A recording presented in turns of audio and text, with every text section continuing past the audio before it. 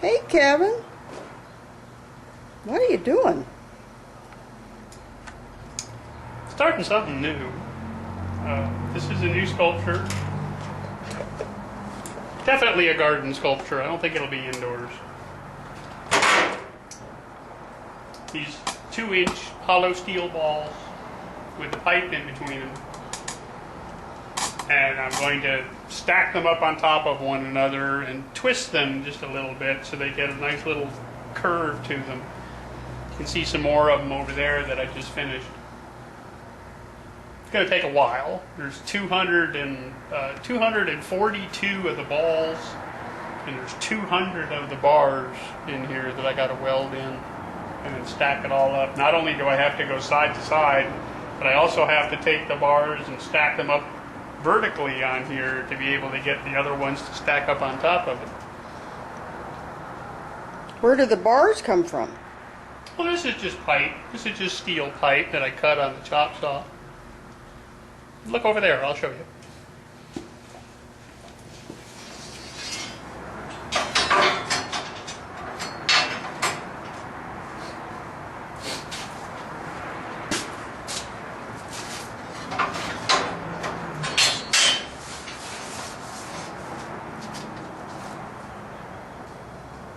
What are you doing now? Well, this is the pipe. Comes in 12-foot long sections normally.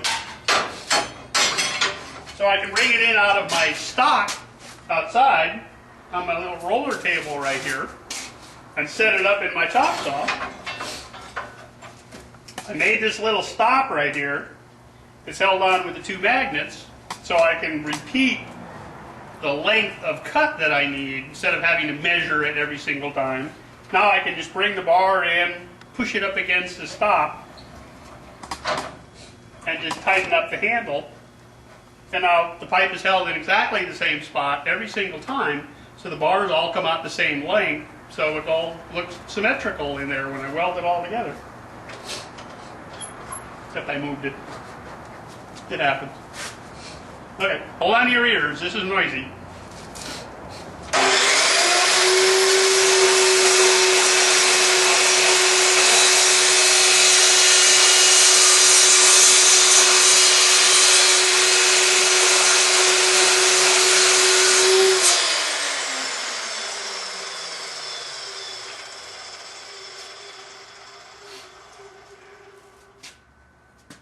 Now most chop saws that you see have an abrasive blade in them, where this one has a toothed blade in it. The difference is the abrasive blade is a lot quicker on a cut, but this blade is a lot smoother on the cut. It gives you a lot nicer, cleaner edge on there rather than burning your way through with the abrasive blade. This one actually cuts your way through. So you get just a beautiful little weld-ready edge on it where you can just cut something on this and then put it right together.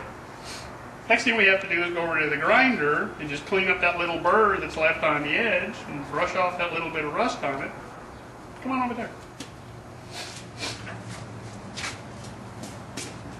So this is my bench grinder with a wire wheel on it for cleaning up, like getting the rust off of it, and this is the grinder wheel itself. This one's kind of noisy too.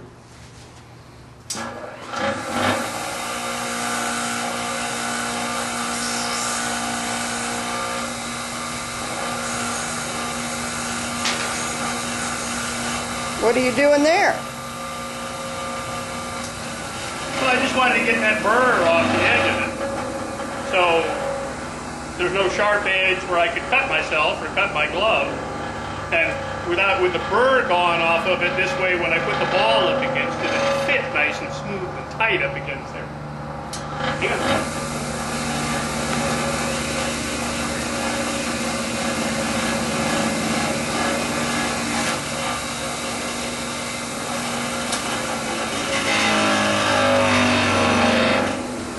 Here you can see the difference in what the wire wheel does. All nice and smooth and shiny on this side, and that little bit of surface rust left on the other side. This is just from where it was sitting down in steel yard, where the pipes are all up in a big rack, kind of like what I have outside. And a little bit of water may, a little bit of rain or condensation may have gotten down in there and just made a little rust. So let me finish cleaning this up.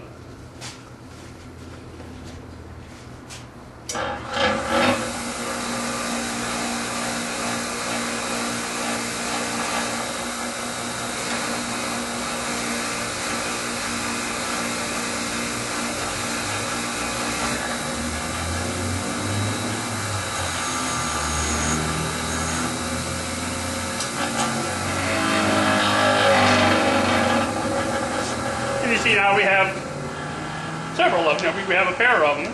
I've got some more on the bench. Now we have to go over to the drill press, and I'll show you what I do to the ball to get the ball ready so we can weld these all together. Go. So here's my drill press. And this is what the ball is like. And what I have to do is I have to drill a hole in either end of the ball, or both ends of the ball, because it's a sphere with air inside of it, and if I tried to weld on it without a hole drilled into it so the pressure could equalize, I'll superheat the air inside and the weld will blow out and I'll wind up with a big hole inside. So I just drill a tiny little hole on either end, and then when I weld the pipes on, it has a chance to breathe and equalize the pressure inside, and I don't have those blowouts. There we go.